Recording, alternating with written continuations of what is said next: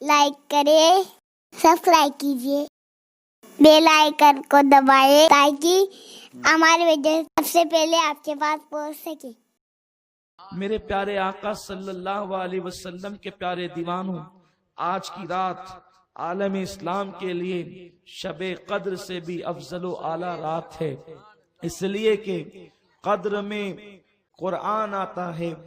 اور شب میلاد میں صاحب قرآن کی آمد ہے۔ اپنے ہی نہیں بلکہ بیگانوں نے بھی لکھا نشری طب کے اندر کہ آقا کریم صلی اللہ علیہ وسلم کی جو آمد کی شب ہے وہ ہزارہا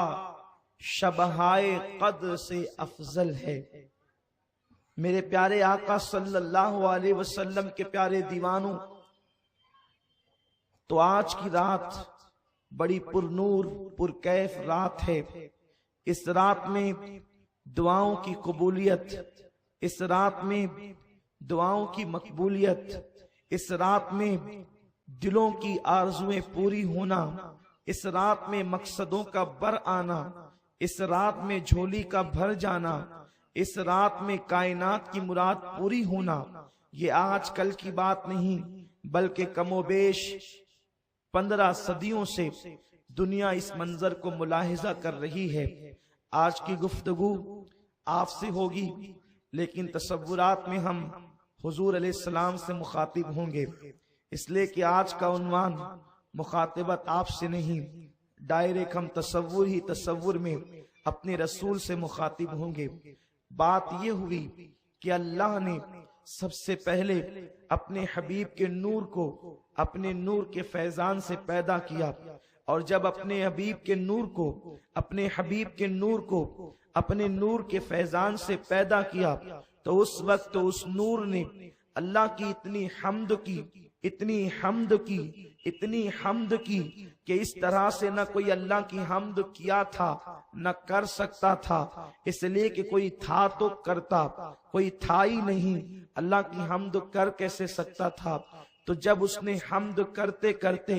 حمد کا حق ادا کیا تو میرے اللہ نے اسے پیار سے کہا تو تو احمد ہے، اور اس کے بعد پھر جب اس احمد کی میرے اللہ نے تعریف کرنی شروع کی اور تعریف کرتا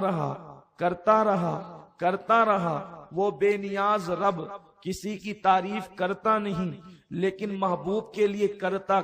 اتنی تعریف کی نہ اس سے پہلے کسی کی کرنا تھی اور نہ اس کے بعد اتنی کسی کی کرنا تھی، اس لیے کہ تعریف کرتا اس کی جو پہلے موجود رہتا، کوئی تھا ہی نہیں، اس لیے میرے اللہ نے اس نور کی بہت تعریف کی تو اس کا نام محمد ہو گیا۔ اس طرح احمد اور محمد اس نور کا نام رکھا، اور پھر اس نور کے فیضان سے نبیوں کی روحیں پیدا کی، عرش کرسی پیدا کی، لوح و قلم پیدا کیا، زمین اور آسمان پیدا کیے، چاند و سورج پیدا کیے، ستارے سیارے پیدا کیے، درخت و پتھر پیدا کیے، زمین و زماں پیدا کیے، مکین و مکاں پیدا کیے، چنین و چنا پیدا کیے، جن و انس پیدا کیے، حور و ملک پیدا کیے، جنت و جہنم پیدا کیے، ساری کائنات کو اسی کے نور سے پیدا کیا۔ لیکن پھر ایک وقت وہ آیا جب میرے اللہ نے چاہا کہ ذرا اپنے محبوب کا تعارف تو کرا دوں، تو انبیاء کی روحوں کو عرش پر بلایا اور انہیں اپنے کرم کی چادروں میں جو ہے وہ جگہ دی، اپنے غیرت کے پردوں کے سامنے بٹھایا۔ میرا اللہ آگے بائیں، آگے دائیں بائیں، آگے پیچھے، اوپر نیچے، سمت سے پاک ہے، زمان و مکان سے پاک ہے۔ محفل تھی کیسی، سجانے والا خدا جانے، آنے والے انبیاء جانے، لیکن ہم اتنا جانتے ہیں عہد میثاق کی جو تاریخ سورہ آل عمران کے اندر ملتی ہے بس یہی ہے کہ انبیاء موجود تھے، اس وقت وہ اپنی روحوں کے ساتھ آئے، آدم آئے، نوح آئے، شیس آئے، ابراہیم آئے، موسیٰ آئے، عیسیٰ آئے،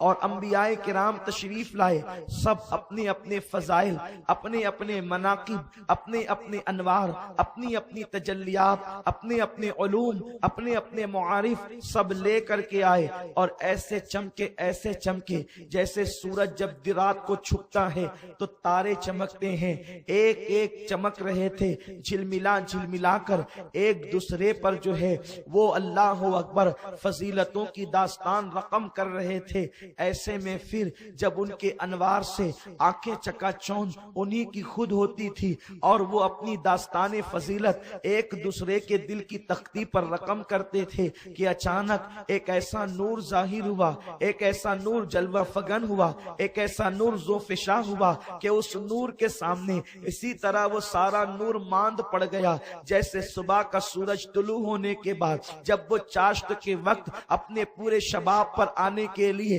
پہلی منزل پر قدم رکھتا ہے اور قدم رنجا فرماتا ہے تو تارے ہونے کے باوجود بھی چھپ جاتے ہیں، ہوتے ہیں مگر نظر نہیں آتے، وہ مٹتے نہیں ہیں مگر نظر نہیں آتے، اس لیے کہ آفتاب کی کرنیں انہیں جو ہے وہ پیچھے سے جب جگمگاتی ہے تو اس کی جب غیر موجودگی کے اندر تارے چمکتے ہیں، لیکن جب وہ موجود ہوتا ہے تو وہ سب ماند پڑ جاتے ہیں، ان کی روشنی چھپ جاتی ہے۔ اس وقت انہوں نے پوچھا باری تعالیٰ بتا تو صحیح اپنی شان کے مطابق چمکنے والے آج ان کی روشنی ماند کیوں پڑ گئی، یہ کون سا نور ہے جس نے ہماری روشنی کو ماند کر دیا؟ تو اس وقت قدرت کے نقیب نے اعلان کیا، اس وقت قدرت کے خطیب نے اعلان کیا، لوگو یہ وہ ہے جو احمد مجتبی ہے، محمد مصطفیٰ ہے، یہی مرتضیٰ ہے، یہی مجتبی ہے، یہی اول ہے، یہی آخر ہے، یہی ظاہر ہے، یہی باطن ہے، یہی حاشر ہے،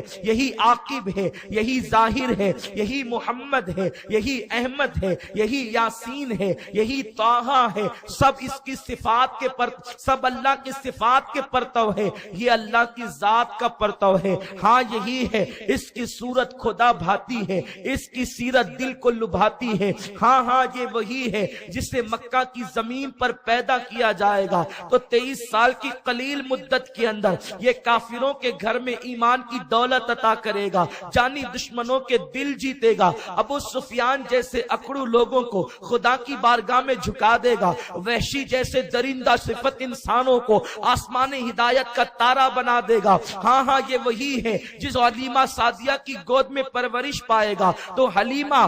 رشک حورا ہو جائے گی، حلیمہ کا گھر رشک جنت ہو جائے گا۔ جب قدرت کے خطیب نے خطبہ پڑھا احمد مجتبی کا، محمد مصطفیٰ کا، تو اس وقت پھر ایک عہد بھی لیا گیا، مشیت نے عہد لیا، بتاؤ یہ میرا محبوب یہ نہ ہوتا تو تم نہ ہوتے، یہ نہ ہوتا تو عرش نہ ہوتا، یہ نہ ہوتا تو فرش نہ ہوتا، یہ نہ ہوتا تو ستاروں کی انجمن نہ ہوتی، یہ نہ ہوتا تو چاند کی چاندنی نہ ہوتی، یہ نہ ہوتا تو ستاروں سیاروں کا ایک دوسرے کے ساتھ گردش کا ماحول نہ ہوتا۔ غرض کے اسے پیدا کرنا مقصود تھا اس لیے تمہیں پیدا کیا، اس کی نبوت مقصود تھی اس لیے تمہیں نبوت عطا کی، تمہیں رسالت عطا کی، گویا کہ جس کو جو دیا اس کے صدقے دیا، جس کو نوازا اس کے صدقے نوازا۔ ہم تو بے نیاز ہیں لیکن پیار اس سے تھا، پیار جو اس سے کر لیا اسی کے صدقے میں سب کو نواز دیا۔ لیکن وعدہ کرو، آدم وعدہ کرنا ہوگا، شیس وعدہ کرنا ہوگا، نوح وعدہ کرنا ہوگا، ابراہیم وعدہ کرنا ہوگا، اسماعیل وعدہ کرنا ہوگا، موسیٰ وعدہ کرنا ہوگا، شعیب وعدہ کرنا ہوگا، یوسف وعدہ کرنا ہوگا، ذوالکفل وعدہ کرنا ہوگا، عزیر وعدہ کرنا ہوگا، یوسیٰ وعدہ کرنا ہوگا، عیسیٰ وعدہ کرنا ہوگا۔ اللہ وعدہ کیا کرے، تو دلوں کے حالات کو جانتا ہے، کہاں جانتے ہیں وعدہ اس لیے لیتے ہیں کہ جب محبوب کو بھیجیں گے تو کچھ اس کے وفادار ہوں گے، کچھ اس کے غدار ہوں گے، تو وعدہ تم سے لے کر قرآن میں بیان کروں گا تاکہ وفادار پڑھ کے خوش ہوں گے اور غداروں کو بھی پتا چلے گا کہ جس کی غداری کر رہے ہیں اس کی وفاداری کے لیے نبیوں سے وعدہ لیا گیا ہے۔ تو ہو سکتا ہے کہ کائنات کے غدار جو ہے وفاداروں کی صف میں میں آنے کی کوشش کریں, اپنی بگڑی بنانے کی کوشش کریں. اللہ وعدہ کرے تو کیا کرے؟ ارشاد ہوا وعدہ کرو کہ جب تمہاری نبوت کے ڈنکے بج رہے ہو, جب تمہاری سیادت کے ڈنکے بج رہے ہو, جب تمہاری امامت کے ڈنکے بج رہے ہو, دنیا تمہارے کلمہ پڑھ رہی ہو, اس وقت بھیج دوں اپنے محبوب کو تو اپنا کلمہ نہ پڑھوانا, اپنی امامت کے سکے نہ بٹھانا, اپنے خطبے نہ پڑھنا, اپنا کلمہ چھوڑ کر اس کا کلمہ پڑھوانا, بات نہ کرنا, اس کی امامت کے ڈنکے بجانا. سب نے وعدہ کیا. اللہ وعدہ کرتے ہیں, نبی وہ نہیں ہوتا جو وعدہ کر کے بھول جائے, نبی وہ نہیں ہوتا جو وعدے کو فراموش کرے, لیکن بات محبوب کی تھی, اس لیے اقرار پر اقرار. اے لوگوں تم نے وعدہ تو کیا, ایک دوسرے پہ گواہ ہو جاؤ. وہ گواہ ہو گئے تو کہا تم سب پر میں گواہ ہوتا ہوں. اس کے بعد ان سے کہا گیا او کلمہ پڑھنے والوں, نبی کی ناقدری نہ کرو. یہ میلاد والا مصطفیٰ وہ نبی ہے کہ انبیاء سے وعدہ لیا تو اللہ اکبر کی شان سے وعدہ لیا, ایک دوسرے پہ گواہ بنایا. پھر کہا میں تم پر گواہ. اسی پر بس نہیں کیا, پھر کہا سنو سنو, اگر تم اس وعدے سے مکر گئے, اگر تم اس وعدے سے پھر گئے تو ظالموں کا انجام اچھا نہیں ہوتا. وہ پھرنے والے نہ تھے, لیکن دوسروں کو بتانا تھا کہ جب محبوب کی بات آتی ہے تو نبیوں کے ساتھ یہ لہجہ ہوتا ہے. اللہ اکبر. ارے جب حبیب کی بات آئی تو معصوموں کے ساتھ یہ لہجہ, جب حبیب کی بات ہے تو معصوموں کے ساتھ اس لہجے میں بات کر کے بتا دیا کہ تم کس انداز سے ہو, تم کس کھیت کی مولی ہو. جب معصوموں سے ایسی بات کرتے ہیں تو ظالموں سے کس طریقے کا لہجہ ہوگا, ظالموں کے ساتھ انداز کیا ہوگا. کمنٹ شیئر ضرور کریے.